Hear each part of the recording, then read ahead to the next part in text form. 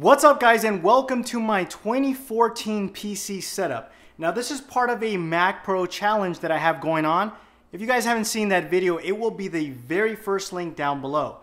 Now I know that you guys are already formulating an opinion based on the parts that you see in front of you and probably saying, Armando, why did you end up going with those parts instead of X, Y, and Z?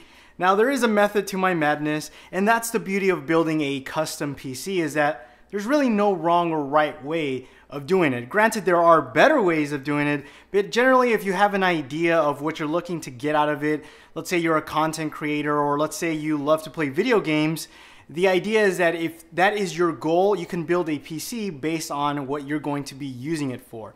So with that being said, I will tell you guys that this video is going to be pretty lengthy, and I'm doing it for you guys because you guys wanted to see this video come together. You guys wanted to see the setup that I will be doing. So yeah, so anyhow, let's get started. Now I know you guys are probably going to be asking, Armando, why didn't you use workstation components like the Mac Pro?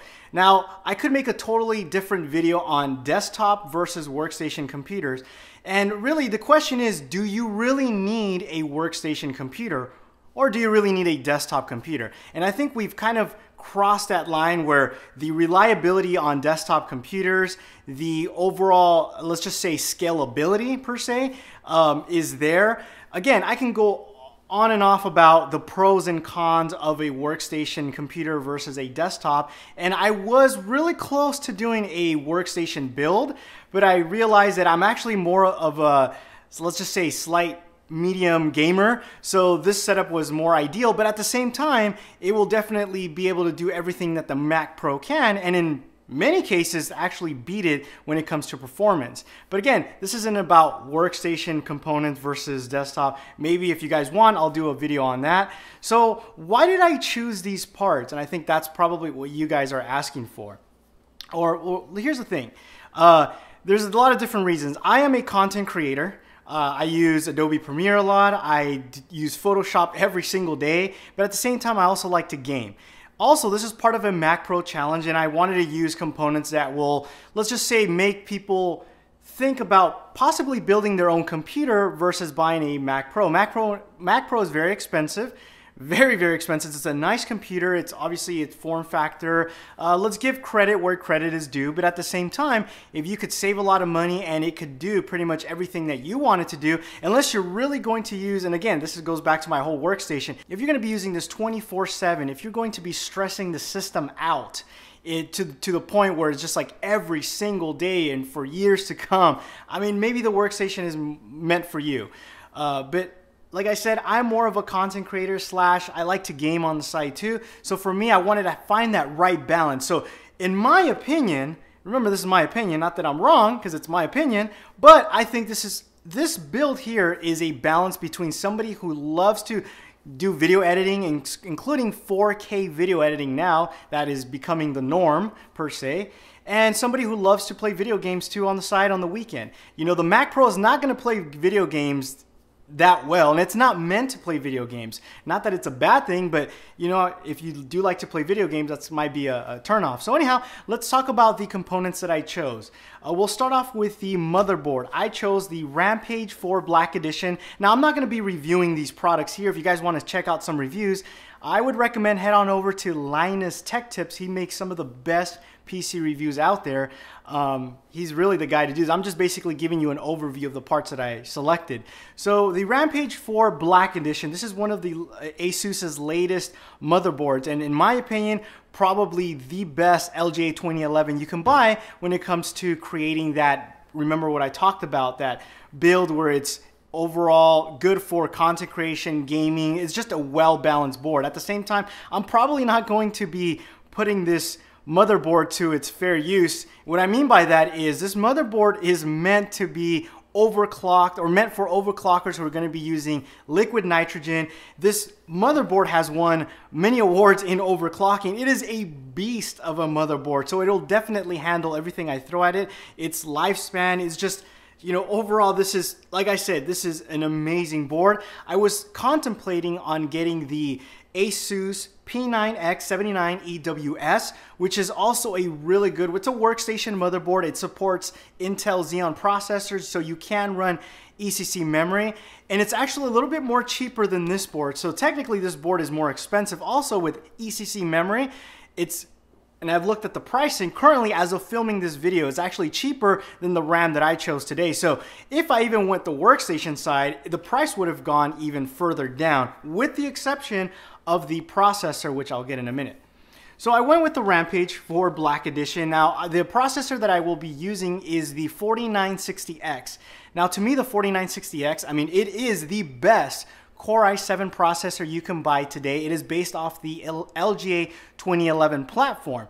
It is a 6-core processor, so a couple of you guys are probably wondering why I didn't do a Haswell build. Well, Haswell, as of filming this video today, does not have anything over a quad-core processor, even though Intel already announced that they will be putting out an 8-core processor by middle to end of the year. So if you're looking to build a new computer and you don't have to do it today, I would probably wait until that, you know, Intel 8-core processor, depending on the price point and if you have that money to shell out, because it's definitely going to be the way to go. But as of right now, 6-core LGA 2011, which the Mac Pro is also based off of that platform, and I kind of wanted to keep that more or less kind of the same.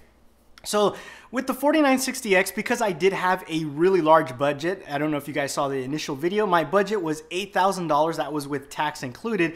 I went ahead and went with everything but the best. I can honestly say that I didn't skimp out on any parts here today, as you guys can see, and I could have saved $500 going with the 4930K, and to be quite honest, the 4930K is half the price, so technically the 4960X is double the price, but it doesn't give you double the performance. At best, you're probably looking at 8 to 10%. So if that 8 to 10% is very important, you can buy the 4930K, overclock it, and pretty much get the same or similar performance to the 4960X, because the 4960X does have 15 megabytes of L3 cache compared to 12 on the 4930K. But remember, we had that extreme budget. The 4960X, like I said, is a beast of a processor, so definitely it wanted to, you know, put everything but the best, including with this motherboard. You want only the best. That's what this motherboard's made for. Coming on to RAM, as you can see, I have 32 gigabytes of Dominator Platinum by Corsair. Now, I didn't get the 64 gigabytes, not because I didn't want to, because as of filming this video, they were out of stock. I couldn't get it on time, so I had to sacrifice with 32. I know, sacrifice, right? But I'm not sure yet, but I probably am going to upgrade to 64. 32 already is an overkill, and I wish I could have got my hands on the 64 instead of the 32. And this is rated at 2133 megahertz, which is already overclocked in the sense that LGA 2011, these boards, anything over 1866 is already considered overclocking. So 32 gigs of RAM, like I said, I wish I could have gone with the 64. This is the highest grade RAM you can buy by Corsair. It's a beautiful RAM, and it'll definitely do the job. Now, in terms of hard drives, now I'm not sure which setup I'm going to go with first, but I'm going to be testing both. I have the Raider Express SSD. This is a PCIe SSD. Basically, it's two 120 gigabytes SSD running in RAID 0, which will effectively give you, according to and the benchmarks that I've seen out there, about 800 to 900 reads and write speeds, which is very, very fast and, you know, comparable to what the Mac Pro is capable of doing. However, it does take that PCI lane, and, you know, reading on the message forums, there could be a couple issues running SLI and stuff like that. So as a backup, I have two Corsair Neutron GTX 240 gigabytes that I will be running in RAID 0. So essentially, I could be getting about the same reads and writes as this PCIe because I am running them in RAID 0. So that'll definitely give me that performance that I need. And as my scratch disk, I have a 3 terabyte Seagate hard drive, and basically I'm going to be using this. I'm going to be buying a couple more. I just have this one here for now, but I'm going to be pairing these and probably running one as my backup drive, and the other one as I start moving working files, things that I really don't need to do, just sort of there. So if I need to access them, it's, you know, it's available to me. So I'm gonna go ahead and put that here. Now, as far as graphics cards, I know a lot of you guys were asking, Armando, do quad GTX Titan.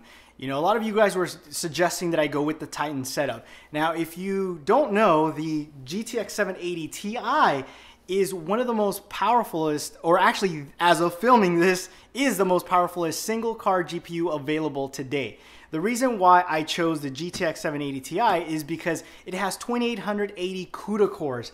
The only sacrifice you have running these video cards as opposed to the Titan is that with these, you're gonna get a little bit less memory. You have 3 gigabytes of memory on board as opposed to 6 on the Titan.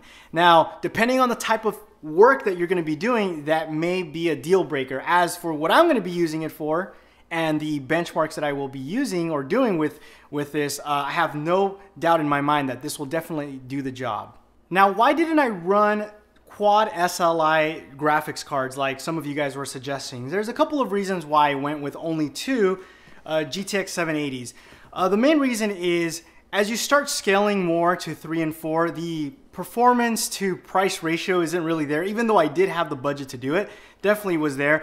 But at the same time, you're gonna have your case is going to run hotter. I want reliability. Another thing about running quad SLI is that you're going to run into some driver issues, and part of this build is reliability. That's something that the workstation gives you as opposed to a desktop PC. I find that the SLI using 2 single GPUs gives you sort of that sweet spot per se of having the right performance, and by any means, I mean 2 780 Ti's in SLI is going to run any game you want. It's going to do everything I need for Adobe Premiere and all of the other applications that support these type of GPU acceleration. So I'm even tempted to say that one 780 Ti could give the Mac Pro's graphics card a run for their money. Now, I know some of you are probably wondering why I went with a gaming graphics card as opposed to, like, say, a Quadro that is more of a workstation type graphics card, which is something similar to what the Mac Pro would use.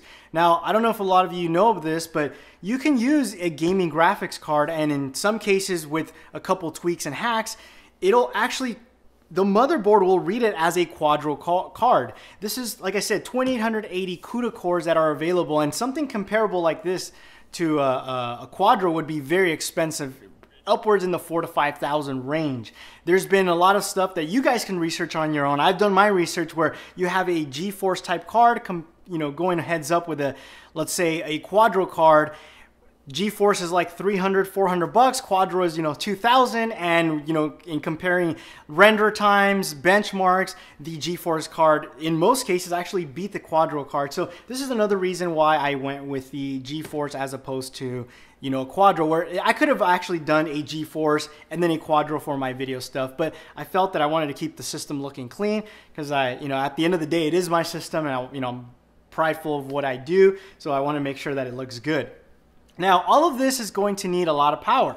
I estimated roughly, doing my calculations, about 850 watts. In order to get all of that, pumping through, I wanted to make sure I had the best, so I went with the AX1200i Corsair. Now, they did at CES release a 1500, which is still, even that the 1200 one is overkill. I could have gone by with a 1000, but just in case, if I ever did wanted to add another video card, which is the nice thing about doing these custom build PCs versus a Mac Pro. With the Mac Pro is what you see is what you get. If you want to run an NVIDIA card, let's say you're like myself, I'm an NVIDIA fan over AMD. There's nothing wrong with AMD, but I'm just an NVIDIA fan. NVIDIA seems to always beat AMD, and this is the reason why I went with this card, is because when AMD came out with their R290X, this is basically ASUS's answer. Within a couple of weeks, they're like, shut up AMD, here you go, boom. And this is basically a 780 that has been unlocked to take advantage of all that. So yeah, that's why I like NVIDIA. So going back to what I was saying is, that's the beauty of building your own custom PC, is that with the Mac Pro, you only have that dual GPU setup. Granted, they say that you can upgrade it later, which you have to wait to what Apple wants you to do.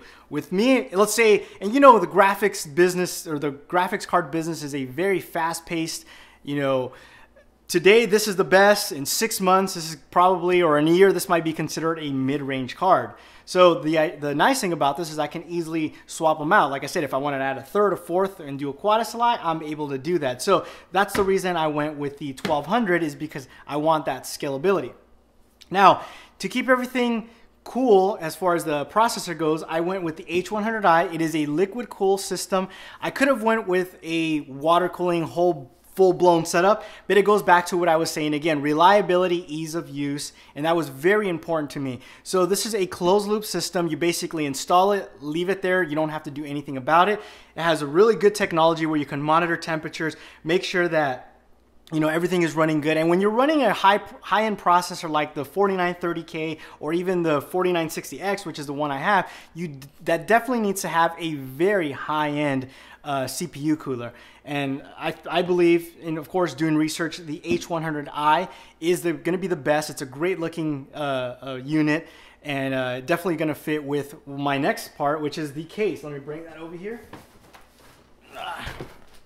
So this is the, I know it's kind of hard to see, and I'm going to bring this down. You guys can't see that here. 750D. Okay, so I'm going to put this down here because I have no room. Now I went with the Corsair 750D. Now a lot of you guys are going to ask, why didn't you go with a smaller setup? Why didn't you go with something a little bit more compact to kind of match the Mac Pro's, let's just say, form factor? And the reason why is because you got to understand, a lot of people that even old Mac Pro users, they weren't asking for a small boutique style computer.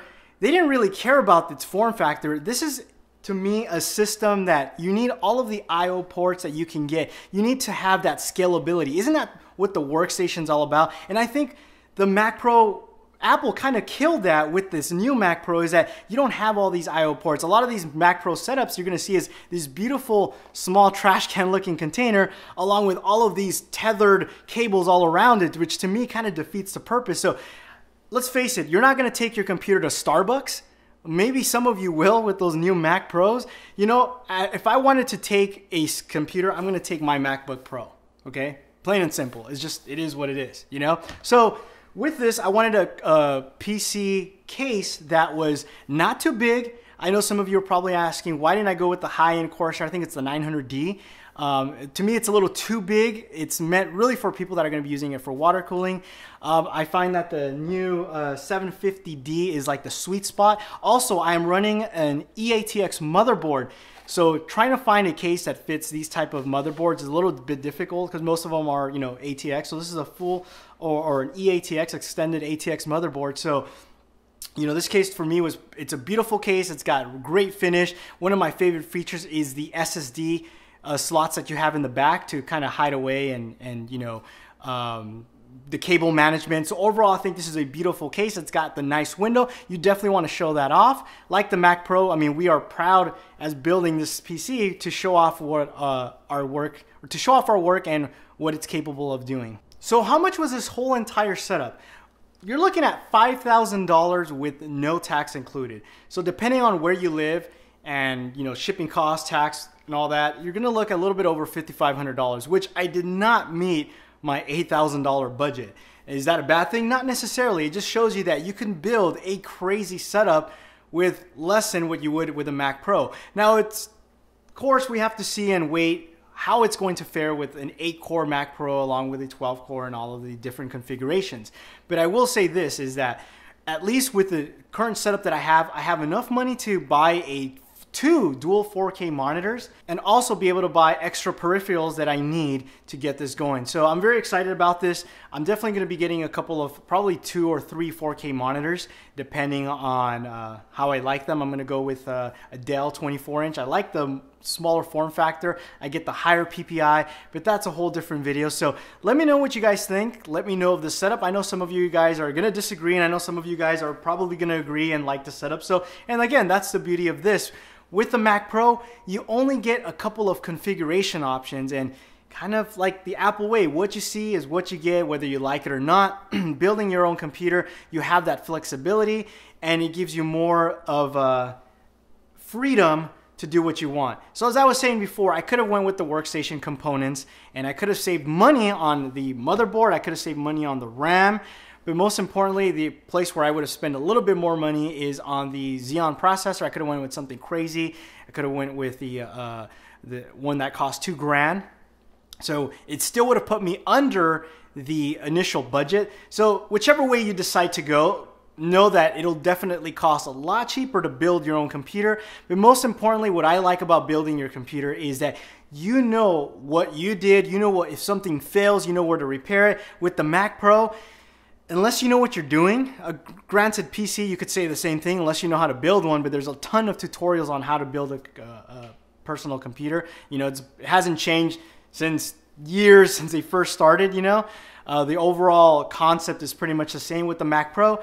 You're pretty much make sure you buy that Apple Care to make sure that, you know, if something goes wrong, you take it to them. If the, you know, the motherboard or the board or the logic board, whatever they call it, you know, goes bad, you're pretty much SOL. You have to take it to Apple. If this motherboard goes bad for any reason, I know that I'm just a phone call away. It'll get shipped to me and I can do it myself. So that's kind of the beauty of building your computer. So unless you're that type of person that, you know, you don't want to tinker with your stuff, but I think somebody as a content creator, that's kind of important to know your parts. Most people that, you know, do content, you know, are content creators, they like to be more hands-on, and that's why I decided to go this route. And you know, just because it's not a workstation doesn't mean they're not professional components. All of these components here are of the highest grade that you can get for a desktop computer. And if these were so unreliable, then desktop computers wouldn't sell. iMacs wouldn't sell. A lot of professionals use iMac. A lot of professionals use MacBook Pros. So to say that you need a workstation to use, you know, professional grade software is not true. Okay, so I'll leave you with that, and I'm gonna continue filming my whole build process. I haven't opened these. As you can see, everything is still, everything is still intact. So I've waited to get all of the parts in today, or, you know, here. So I've been waiting for a week. Everything is still sealed in the box, so I'm kind of itching. And like I said, I want to keep the cameras rolling. Let me know if you guys wanted me to do a follow-up video of me putting this together, because like I said, I'm going to keep those cameras rolling. If you guys did like the video, make sure you give it a thumbs up. Let me know what your thoughts are, and be expecting a couple of other videos aside from the Mac Pro Challenge on other types of benchmarks and things that you guys want to know. I'll be reading those comments down below. So if you guys want to see something in particular, you want me to do something special, let me know, and I greatly appreciate that. Until next time, adios.